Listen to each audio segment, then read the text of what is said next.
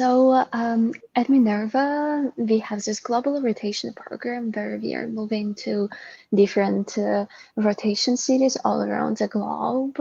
And first year we are spending in San Francisco, and for the next fall, my year will be moving to Japan, which I'm very excited about because I'm sure that it's an opportunity of immersion into the culture, both personally, culturally, and in terms of professional development. Uh, as I mentioned before, Minerva gives us opportunities not just to look at us as travelers who are getting into new country, but more as like global leaders, global change makers on what we can change when we are reaching another continent and a very different context we probably have never lived before in. Okay, great. And when you were doing this decision of applying to Minerva specifically, did you knew that you wanted to be your university? Was that your dream university, or were you researching before that it's specifically Minerva that you want to apply, and that's gonna be like a great happiness for you if they are gonna accept you? Yes, definitely. Minerva was one of my top choices from the list of schools I was applying to. And I was most excited about their innovative approach to learning and obviously going to all these rotation cities around the globe. So when I received an offer, I was like a little bit over the moon that I got this chance. And obviously, I was like comparing it with other offers that I received, but I'm happy that all the stars came together and I'm here right now. Aligned, great. Yes. And when you were researching the universities and when you were doing your list of university, what role did play the academic reputation of the institution that you have applied? Did rankings matters to you? Because we know that this is a topic that sometimes is like really confusing for students. They would, just pay attention if that's an Ivy League university, or if that's a great ranking that university has. What role that has played for you specifically? Yes, so I will answer the first question about academic reputation. I was obviously talking to a lot of students from the schools I was applying to and that gave me offers, and I recommend it to you guys as well. If you just see the person on like Facebook, Instagram, and you would want to know more about the life inside the school, text them. I'm sure they will be willing to talk to you. And I like academic reputation was important for me because I wanted to be in the highly rigorous academic system to like push my boundaries forward. And regarding the rankings, one of the quotes that I've heard from very smart person who's working with lots of Davis schools in United States was that it doesn't matter like what institution you will receive the degree in because all the contents are the same. The ranking of the institution matters what people you will be surrounded with. So if you go to Ivy League, obviously you will be surrounded by highly selective people who want to achieve more, who have like higher standards, broader vision on their career, and like highly achieving goals. So, while if you go to a little bit less selected institution, it's still cool because we can like make out of experience whatever we want. Just that, like people and their backgrounds will be a little bit different, and you will need to push your boundaries yourself other than doing it together with everyone. So I think that's what ranking is about surrounding of people you will be in.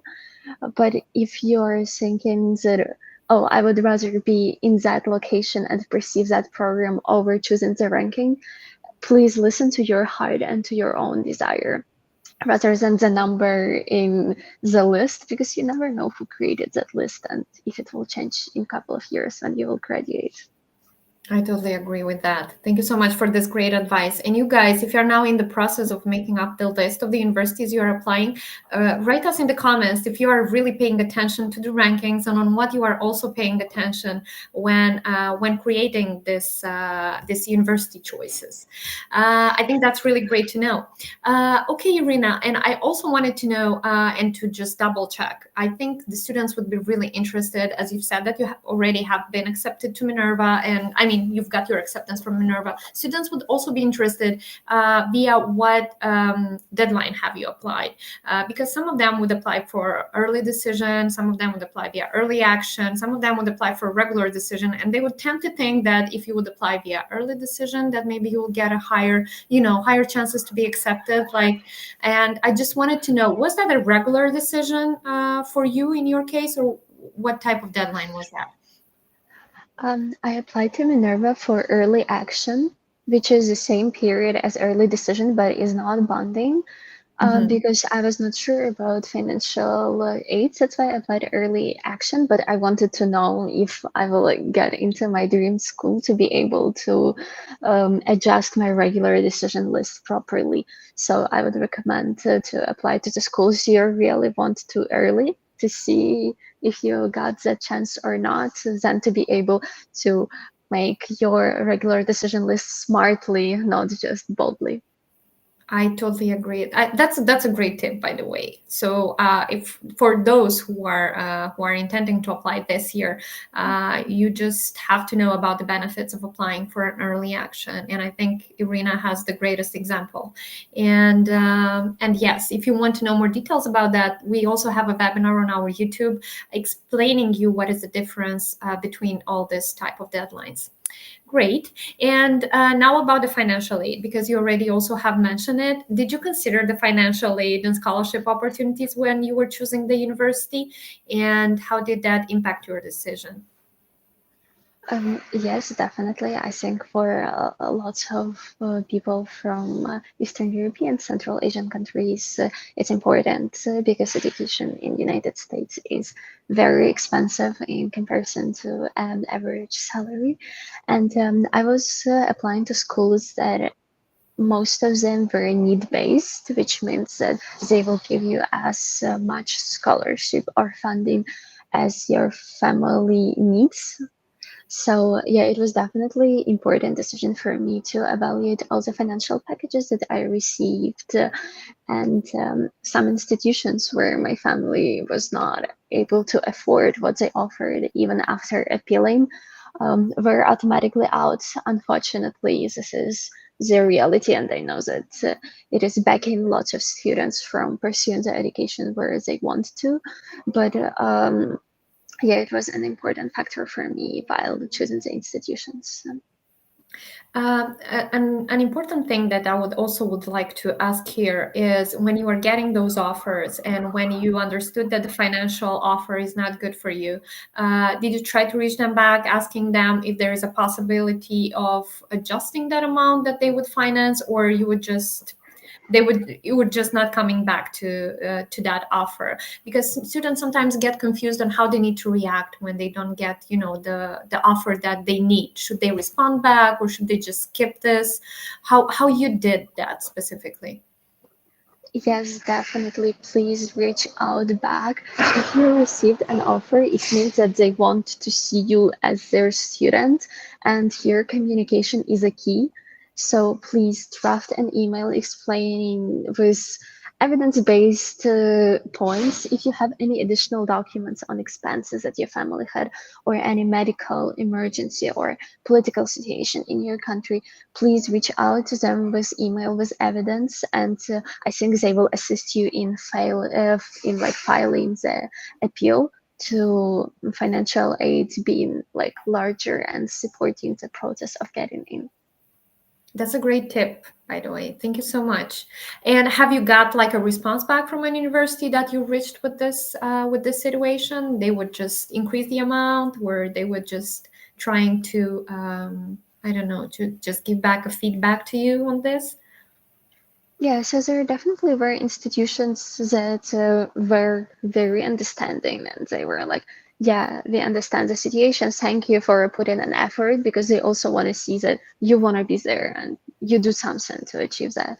So they were increasing the amount by a couple of thousands of dollars. And also there were institutions that were like, we are sorry, we provided all the all the like possible financial aid. So sometimes it's a bit disappointing, but you will get to be in the place you should be in. So keep strong and communicate. I agree. Okay, and sometimes you also need to be insistent. If you want to get it, maybe you can get it from the second try. So yes, that's a great example. Great. And how did the campus life and student life of different university influence your final choice? Did you look for a specific club? Did you look from some specific extracurricular activities you can do on that campus? Was that important for you, for example? Yeah, I think that's a great question and a very big factor in shaping university experiences. I was personally looking for very diverse international student body. I was studying in United World College, Costa Rica, which is a program of international baccalaureate where I was studying with people from 72 countries in one campus. So I was not able to imagine my future just with like people from one nation or very little international. So I feel very comfortable with people from diverse backgrounds. It makes the like learning more diverse and broadens your worldview generally. So that was a big factor for me to see the percentage of international students in colleges. And then for campus culture, definitely. And again, talking to students from those institutions can help you to understand if it's more like there is this cliche of like party school where people are enjoying more active artistic life, I would call that, or more academically strong school with direction of computer science or with direction of economics, political science. So those were definitely factors I was talking through with current students who are studying in the institution while making not only final choice, but even when making the choice of like list of universities, because I wanted to be selective with that as well. Great, thank you. And as you also specified, you have the scholarship from the Minerva. Was work also important when you were browsing the list of the universities you wanted to apply? Were you looking also at the possibility of working on campus? Yes, that was also very factors that influenced partially my decision because working on campus, first of all, can give you experience of not just academic pursuits, but also your professional ones. So you can actually apply what you're learning in real life. You can get to know more people in the university depending on the work and to what extent it is related to your career goals. And I use that in Minerva. Every student who is getting a scholarship will most probably get also a work study, which is a great chance also for additional income in the United States. Great. And what type of job are you doing there? Yes, I'm working at Minerva HQ in San Francisco on operations of the university communications with different departments, mail sorting, orientation, and emails as well. So it's a very interesting job because I got to meet a lot of people every day who are coming to get to know about our university more. And so much practice. I think that definitely can be counted on the CV, on your resume. Okay, and as you've said, that next semester you're gonna go to Japan. Is this job gonna be the same? Are you gonna do that virtually, and or how this adjusts normally? Yeah, so it normally changes every year, and Minerva has very, very diverse options for work studies. Some people are teachers, assistants, or marketing or financial interns, and sustainability interns, outreach, very, very diverse opportunities. So most probably it will change for next semester, and I would want to explore more options as well. That's great. We'll talk with that. Okay, and going back to the process of making the choice and on the process of the application, I think it would be great for our students to know if you had any mentors or advisors who helped you with the university selection process when you've got your offers, when you have applied, and if yes, where they helped you exactly or what advices they gave you. I think that's also going to be helpful. Um, yes. So, since I was applying from United World College, we have university counselors there. Those are people who are guiding us through the process. And I must admit that this process of application to United States for me was not just getting into university, it was more about self-discovery. And I will urge you guys also approach it with this mindset, not just I need to get there because that will what will make my life better. Make sure you're self-aware before applying there and your self personal brand is established as well. So while writing those essays, don't just put them into AI or write bold sentences as in your CV. Make sure you're reflecting on why that institution is a good choice. That was the advice from my university counselor of discovering yourself and discovering your own values before making that list and then drafting the essays. And even at the end of the day, when making a choice, make sure everything you're doing aligns with your values and what you want to pursue in life, not just what societal norms or what your parents or your peers or just the title of Ivy League pressured you. Please don't fall into that trap of follow what you actually want to study and show this interest in those drafts that you're sending through Common App. I agree, totally agree. And can you also give us more, maybe some more details on how the Education USA advisors help you also in this process? Did they give you some advices, or maybe they have assist you with some tips that you use during this process? Yes, so for Education USA, I was participating in a summer program with a Colorado College Boulder. It was a bit long time ago, but I remember that during those sessions, I was assisted on writing essays and like on how appropriately address your opinion, how to build the structure of the essay. Also, I was preparing for SAT during those lectures for math and English. At the end of the day, I was not writing SAT because I was doing IB program, which allowed me to directly apply to universities with those results. But it was very useful experience, like firsthand, because at that point of my life, I was not familiar with SAT, so that was a good support from Education USA. Awesome. And you guys also can benefit from these opportunities. Our various Education USA centers provide different assistance for the students in different countries that our region covers.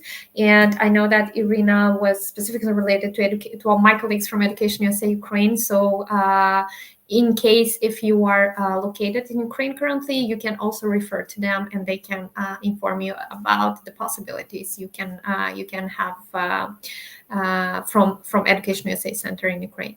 Good. And I think that would be one of the last question I have for you. Looking back now to the process of applying and of getting those offers, what do you think you could have done better, and what do you think you would pay more attention on, and you have considered more carefully when you were doing your choice and your application? Yes, this is a great question. I think like overall things that I would do less in the application process is stressing out and overthinking because that factor influenced my mental health a little bit, like living in the uncertainty. But generally talking about like university choices, I would pay a little bit more attention to specifics of the curriculum, because I feel like I explored it specifically when I already got into institutions, but it would be well to talk to students and to the representatives of universities when you're applying to understand if that's what will fit you, like in terms of academic life, in terms of approaches, if it's liberal arts system or not, what courses do they offer. So yeah, I would focus on that a little bit more.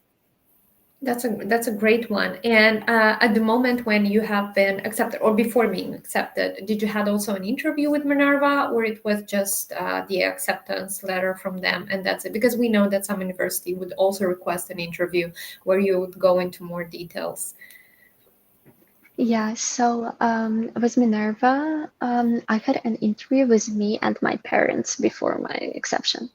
Oh, nice. And normally Yeah. that's about the financial situation, so about your opportunities for a scholarship, or it's just they Uh, getting to know you better.